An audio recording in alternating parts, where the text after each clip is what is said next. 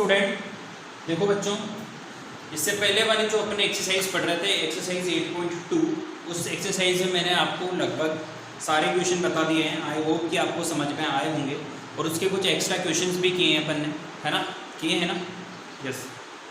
तो मैं आज आपको एक्सरसाइज नंबर 8.3 नहीं पढ़ाऊँगा क्योंकि 8.2 के बाद अपन को कौन सी पढ़नी है, 8.3 पढ़नी है ना।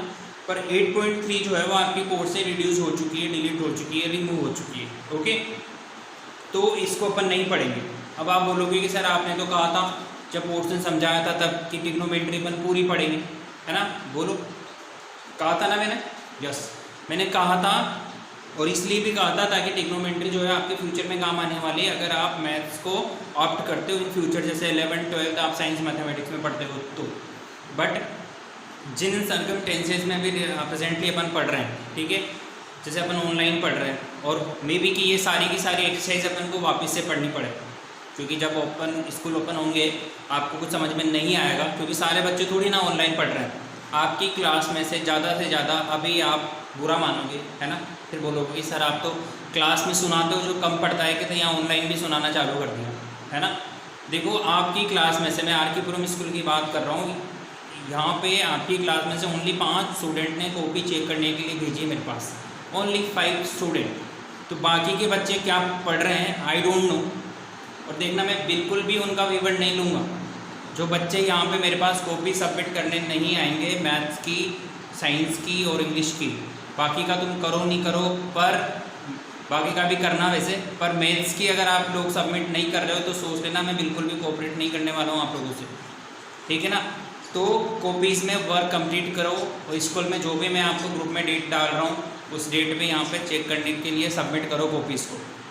अच्छे बच्चे बनो, नहीं बनोगे तो फिर देख लेना आपका क्या होने वाला है, ठीक है।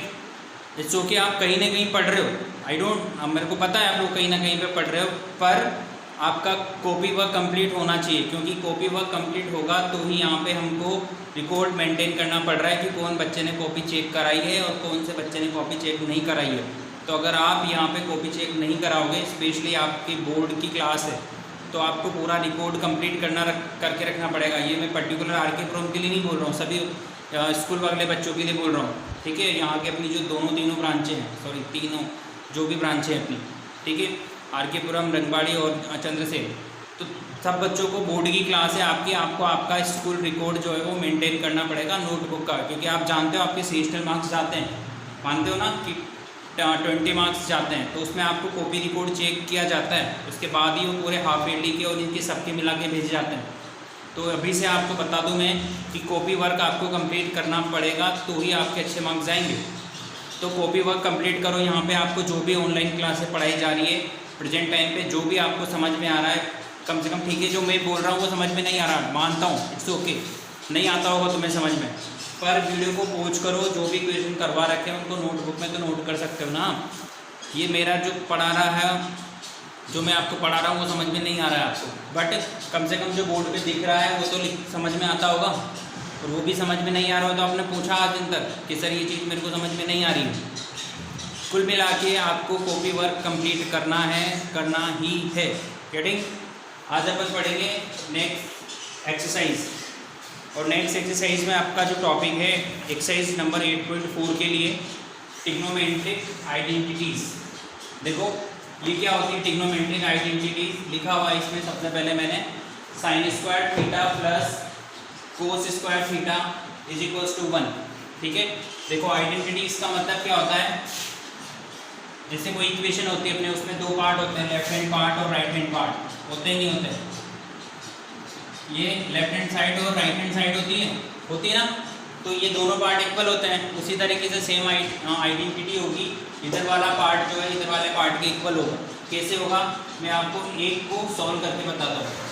यहाँ पे लिखा हुआ है अपने पास sine square theta plus cos square theta equals to 1। तो जैसे यहाँ पर ये लेफ्ट हैंड पार्ट में सोल्व कर रहा हूँ, ठीक है, और यहाँ पे अपन देखो थीटा की कितनी कितनी वैल्यूज है अपनी, 0 डिग्री है, 30 डिग्री है, 45 है, 60 है और 90 है। तो थीटा को आप कोई सी भी वैल्यू लिख लो, थीटा इज इक्वल्स टू मान के चलो 30 डिग्री ले रहा हूँ मैं यहाँ पे, तो कितना होगा बताओ, कितना आ जाएगा यहाँ पे, ये हो जाएगा यहाँ पे कितना हो जाएगा, ये cos square 30 degree plus sine square 30 degree. ठीक है, लेफ्ट हैंड पार्ट को मैं सोल्व कर रहा हूँ, कितना लेके आना है, 1 लेके आना है, आएगा भी। ठीक है, अब देखो cos स्क्वायर 30, cos 30 की वैल्यू कितनी होती है बताओ, cos 30 की वैल्यू कितनी होती है, cos 30 की वैल्यू होती है रूट का 3/2। तो ये रूट के 3/2 का स्क्वायर कर दिया, प्लस साइन 30 होता है कितना, 1/2। तो ये 1/2 का स्क्वायर कर दिया। ठीक है, अब देखो यहाँ पे 3 का स्क्वायर, रूट 3 का स्क्वायर 3 होगा, इसका 4 हो जाएगा, प्लस ये हो गया 1/4। इसको सॉल्व करोगे आप तो 4 एलसीएम आएगा, 3 + 1 = 4/4, कट के कितना आ जाएगा, 1 आ जाएगा। देखो sign square theta plus cos square theta, इसकी वैल्यू जो है वो 1 की इक्वल आ रही है, नहीं आ रही, आ रही है, मतलब थीटा दोनों जगह पे क्या होना चाहिए, सेम होना चाहिए। तो उसकी जो वैल्यू होगी वो कितनी होगी, 1 होगी। ये पहली अपनी आइडेंटिटी है, ये बस समझाने के लिए का काम जो है वो ये आने वाली है। ठीक है, आगे चलें, इस आइडेंटिटी से अपने 3 फॉर्मूले बनेंगे। कैसे बनेंगे मैं आपको समझाऊँ, इसको कॉपी कर लेना, उसके बाद मैं इसको वापस से समझा रहा हूँ।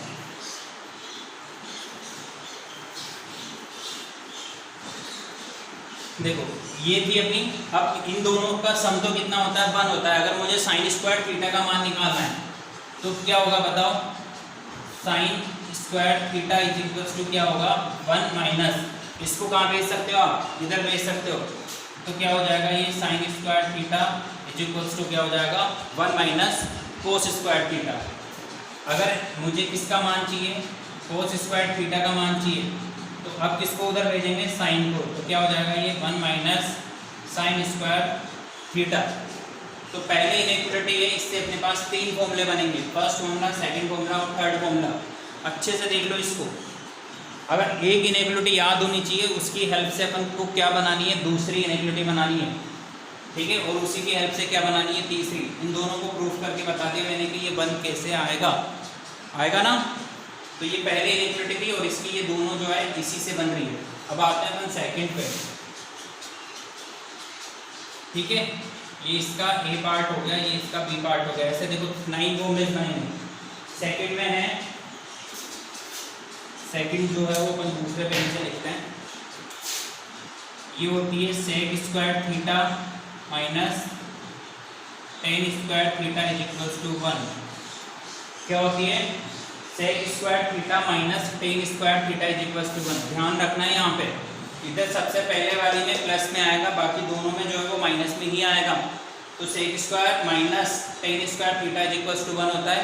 इसको भी अभी जैसे मैंने आपको प्रूफ करके बताया, सेक थीटा की जगह पे 30 लिख लो, आप 60 लिख लो, तो दोनों जगह पे थीटा सेम रहेगा, 1 ही आएगा। करके देख लेना, आ जाएगा।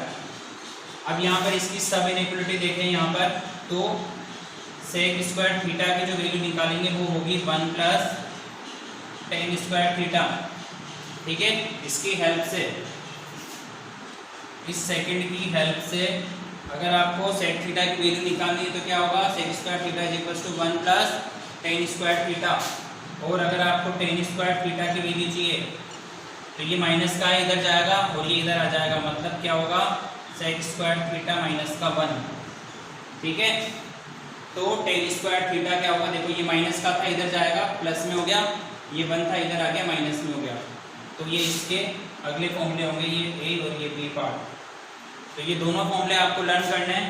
एक और फॉर्मूला बचा है, उसको भी देख लो। ये थर्ड पार्ट में है अपने पास cosec square cosec minus cot square theta = 1। यहाँ पे ये थीटा है।